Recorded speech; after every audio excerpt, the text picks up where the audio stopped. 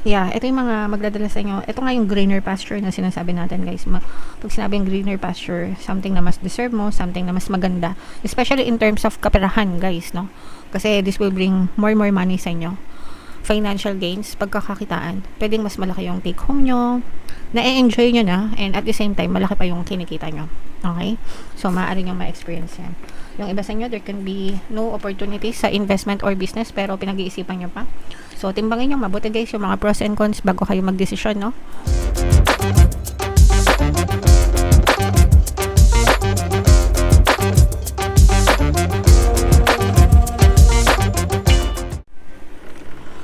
Hello guys, hello Sagittarius, welcome back to Pinay Pixie Tarot. Ang pamagat ng episode natin for tonight is full moon kapalaran para ngayong March to April para sa Sagittarius, Sun, Rising Sign, and Venus. Yung ating full moon, guys, ngayong March ay sa March 3, and then yung next na full moon naman natin, guys, ay sa April 1. So, ang reading na to ay para sa period na yan, guys. And yung pamagat ng ating full moon ay warm moon. Isa din siyang blood moon, mga kapiksi. And kasabay siya ng total lunar eclipse, guys. So, mapapansin nyo na yung buwan natin ngayong full moon is kulay orange or ma-orange. And malakas yung cosmic energy niya, guys. Okay? So, ito yung moon message para sa inyo. Your hard work is paying off, no? Ibig sabihin, yung mga sakripisyo nyo, guys, nagbubunga na ng magagandang resulta. Lahat ng mga paghihirap nyo, lahat ng mga tinanim nyo, mag-aani na kayo, no? And yun yung kagandahan, guys, kapag nagtatanim tayo, 'di ba, kaya nga tayo may kasabihan na kapag may tinanim, may aanihin. So, yung consistent effort nyo, yung pagiging matyaga nyo sa buhay, lahat yan magdadala ng mga magagandang biyaya sa inyo. Okay? Attune to the moon, make a proper plan and execute it well. So, maganda na nagpaplano kayo, and yung plano nyo, kailangan ine-execute nyo. Kailangan may implementation. Kailangan sinasabuhay nyo. Kasi, di ba, anong silbi ng plano kung hindi naman kayo action, guys? Syempre, wala lang din, no? So, make sure na kumilos, guys. You need to be more disciplined to reach your goal. Kailangan ng disiplina. Kailangan maging positibo. Kailangan maging disiplina sa pagiging positibo. Kailangan maging disiplinado sa pag-take ng action. Kailangan maging disiplinado sa pagdadasal, guys. So, kailangan talaga ng discipline, mga kapiksi. Hard work will make your dreams a reality. So, it's not just hard work. Hindi lang hard work, no? Hindi lang sipag at tiyaga. Kailangan, yung sinabi ko kanina, kailangan ng dasal, hard work, and positive mental diet, no? So, kulang. Kailangan may positive mental diet. Yung tatlo na yun, guys, dapat lahat ginagawa. Hindi pwedeng dalawa lang, hindi pwedeng isa lang. Dapat lahat yun, sabay-sabay. Mga kapiksi. Okay? This is a very good omen for study or teaching. So, kung gusto nyo magturo, pwede. Kung gusto nyo mag-aral, pwede. Wala namang ano yan, guys. Age limit, no? Lalo na ngayon, napaka-accessible ng marami tayong pwede matutunan online. Make sure lang, syempre, na nakikinig tayo sa mga legit, no? And don't be too controlling, mga kapiksi, and or avoid anyone who is controlling. Hindi natin makakontrol yung mga tao, bagay, sitwasyon sa mundo natin, sa buhay natin. Ang makakontrol lang natin is yung iniisip natin, yung perception natin sa isang tao, bagay, o sitwasyon. Yun lang yung makakontrol natin. Pero hindi natin pwedeng kontrolin yung isang tao, yung isang bagay, yung isang sitwasyon, guys. Okay? Alright, so comment down below, Sagittarius, if feeling nyo nakaresonate kayo dyan. So, shuffle natin to, guys. Ito naman ay sa love. Pakinggan natin yung gustong sabihin ng person nyo sa inyo, mga kapiksi. Kung ano lang yung makaresonate, guys, take that message kasi iba-iba kayo ng mensahe. Okay, so ito, pwedeng hiwalay na kayo, pwedeng kayo pa, pero medyo hindi maganda yung nangyayari sa inyo. I lost myself for a little while. So, itong person mo, medyo naligaw siya ng landas, no? Pwedeng may nagawa siya or nasabi siya na hindi maganda sa inyo, pwedeng may nangyari sa inyo, tapos pwedeng nakapagsalita siya ng hindi maganda sa inyo, mga kapiksi. And naging dahilan para magkasakitan kayo. And para sa kanya, hindi ito yung tamang timing para sa inyo, mga kapiksi. Pero siya, nagdudusa siya, my life is not as together as it seems. Kung naghiwalay na kayo or disconnected na kayo, nagdudusa siya on his or on her own, guys, no? So hindi din maganda yung nangyayari sa kanya. Pero kapag pinilit, parang hindi rin uubra, no? Kapag pinilit yung relasyon, parang hindi rin uubra kasi may lamat yung relasyon nyo, guys. And parang hindi siya komportable. I'm sensing na parang hindi siya komportable sa relasyon nyo ngayon, mga kapiksi. Alright? So, comment down below, guys, if naka-resonate kayo dyan sa message na yan. So, shuffle natin to. Hanapin natin yung energy ng moon at saka yung energy ng Sagittarius. Habang sinashuffle ko to, guys, panoorin nyo muna yung video natin regarding sa ating paano mag-manifest ng abundance video course. Kapiksi, sawa ka na ba sa mga struggles at hirap sa buhay mo? Masipag ka ba at masikap sa buhay ngunit hindi ka pa rin umaasenso? Ilang beses ka na bang nag-attempt magnegosyo at mag-invest pero palagi ka pa rin nalulugi?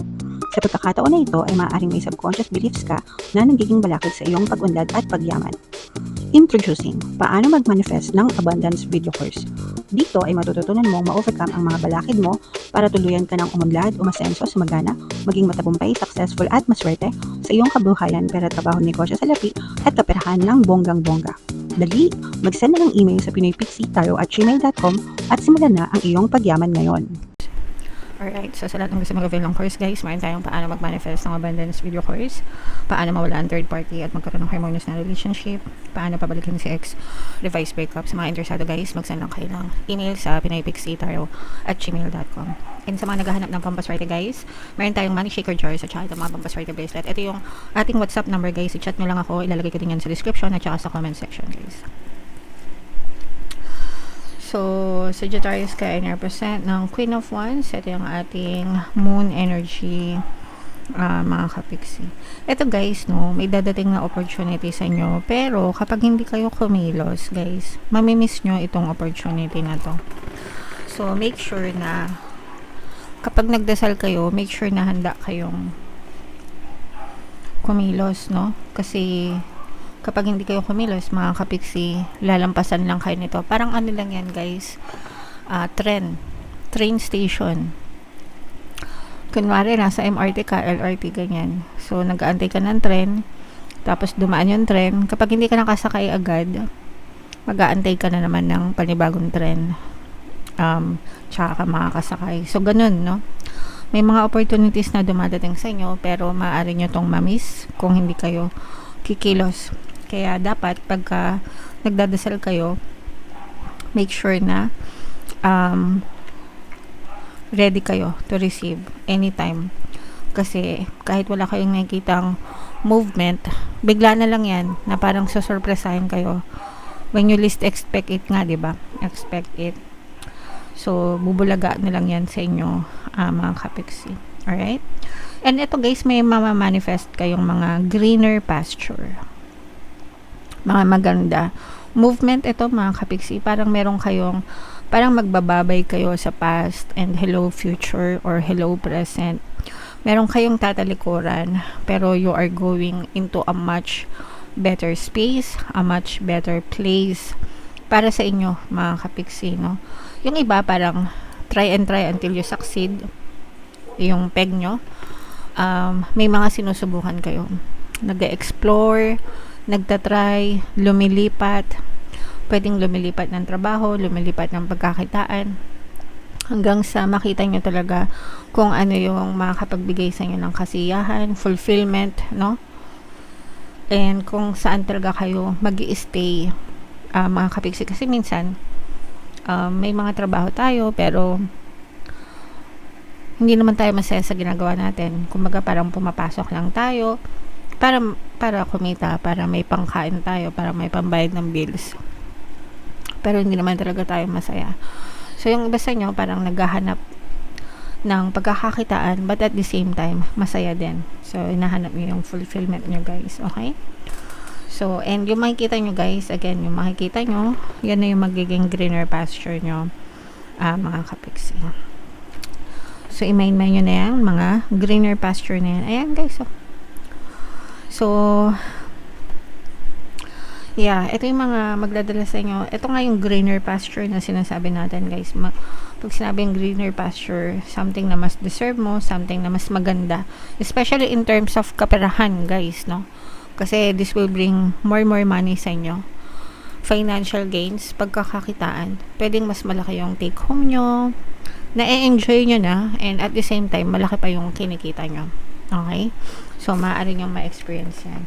Yung iba sa inyo, there can be no opportunities sa investment or business, pero pinag-iisipan nyo pa. So, timbangin nyo mabuti, guys, yung mga pros and cons bago kayo mag-desisyon, no? Kasi, lalo na pag negosyo, guys, hindi naman yung basta-basta. So, kailangan talagang pinag-aaralan, mga kapisi. Ito, guys, maganda din yung sa relationship ng iba sa inyo, no? Ito yung nag-heal yung mga relationship nyo, mga kapiksi. Nagkakaroon ng reconciliation, nagkakaroon ng healing. Kasi sa relasyon naman, guys, hindi naman may iwasan yung nagkakaroon ng tampuhan, mga diskusyon, argument, di ba? Pero ang importante is you are willing to make amendments, no? Parang willing kayo mag-adjust, willing kayong magkaintindihan for the sake of magkaroon ng harmonious na relationship and tumagal pa yung relasyon. So, yung iba sa inyo, ganun. Pwedeng nagkasakitan kayo, but at the same time, you're still giving each other a chance para mag-grow together, mag-mature dun sa relationship and mas tumagal pa. Okay? So, pakinggan nyo, guys, yung mga relationship subliminals natin, no? Mga katulong yan sa inyo. Wag nyong pakinggan kapag may problema lang kayo.